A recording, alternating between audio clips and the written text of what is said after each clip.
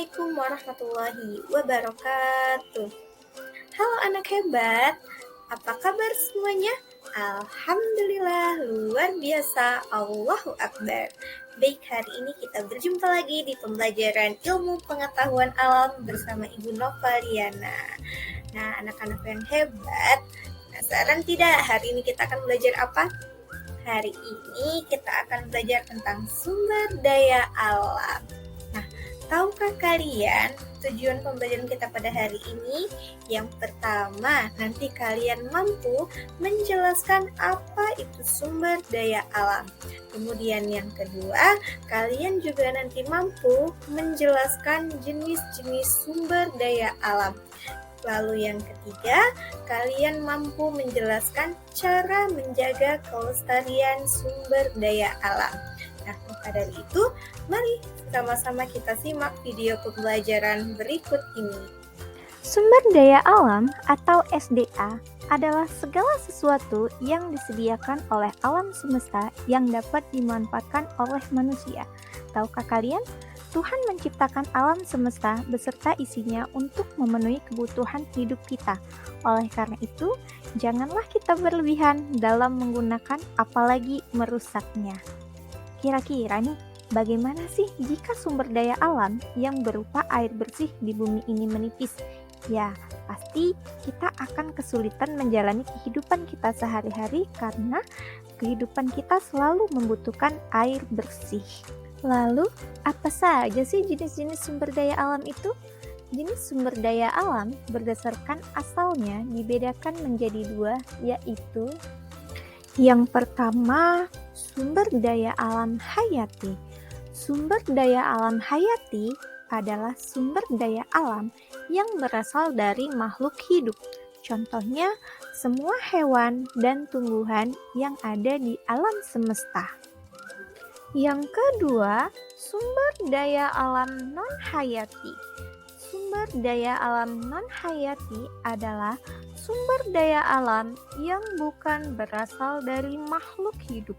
Contohnya air, tanah, minyak bumi, batu bara, emas, dan timah. Lalu, jenis sumber daya alam berdasarkan ketersediaannya dibedakan menjadi dua, yaitu sumber daya alam terbarukan. Contohnya matahari, udara, air, tanah, tumbuhan, dan hewan. Sedangkan sumber daya alam tak terbarukan, contohnya bahan tambang. Bahan tambang itu sendiri dibedakan menjadi dua, yaitu logam dan non-logam. Yang termasuk bahan tambang logam, contohnya yaitu besi, baja, emas, timah, tembaga, dan lain sebagainya. Contoh bahan tambang non-logam yaitu minyak bumi, batu bara, gas, pasir, belerang, dan lain sebagainya. Mengapa penting menjaga keseimbangan alam dan kelestarian sumber daya alam? Setiap sumber daya alam yang kita gunakan harus kita jaga kelestariannya. Jangan sampai kita berlebihan menggunakannya, bahkan jangan sampai kita menebang hutan, mengotori sungai dan laut, menggunakan hewan dan tumbuhan secara berlebihan sehingga menyebabkan kelangkaan.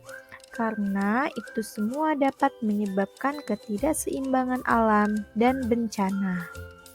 Cara menjaga kelestarian sumber daya alam berupa air, tanah, tumbuhan, hewan, dan udara yaitu 1. Tidak kelebihan mengonsumsi atau menggunakannya. 2. Mengembangbiakan hewan dan tumbuhan. 3. Tidak memelihara atau menjual hewan langka. 4. Tidak merusak habitat hewan. 5. Mengurangi penggunaan plastik karena merusak tanah dan lingkungan. 6. Tidak boros kertas karena kertas berasal dari pohon. 7. Jangan mengotori sungai, laut, danau, dan sebagainya. 8. Tidak menebang atau membakar hutan. 9. Mengurangi pembangunan gedung atau rumah karena bisa mengurangi lahan subur dan pepohonan. 10. Menanam pohon sebanyak-banyaknya agar udara dan air bersih tersedia.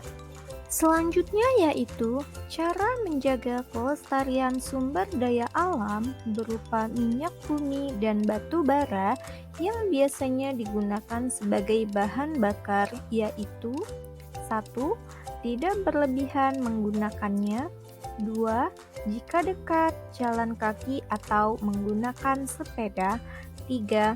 Gunakan bahan bakar alternatif.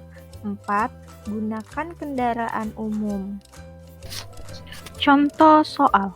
Perhatikan data berikut. 1. Air. 2. Tanah.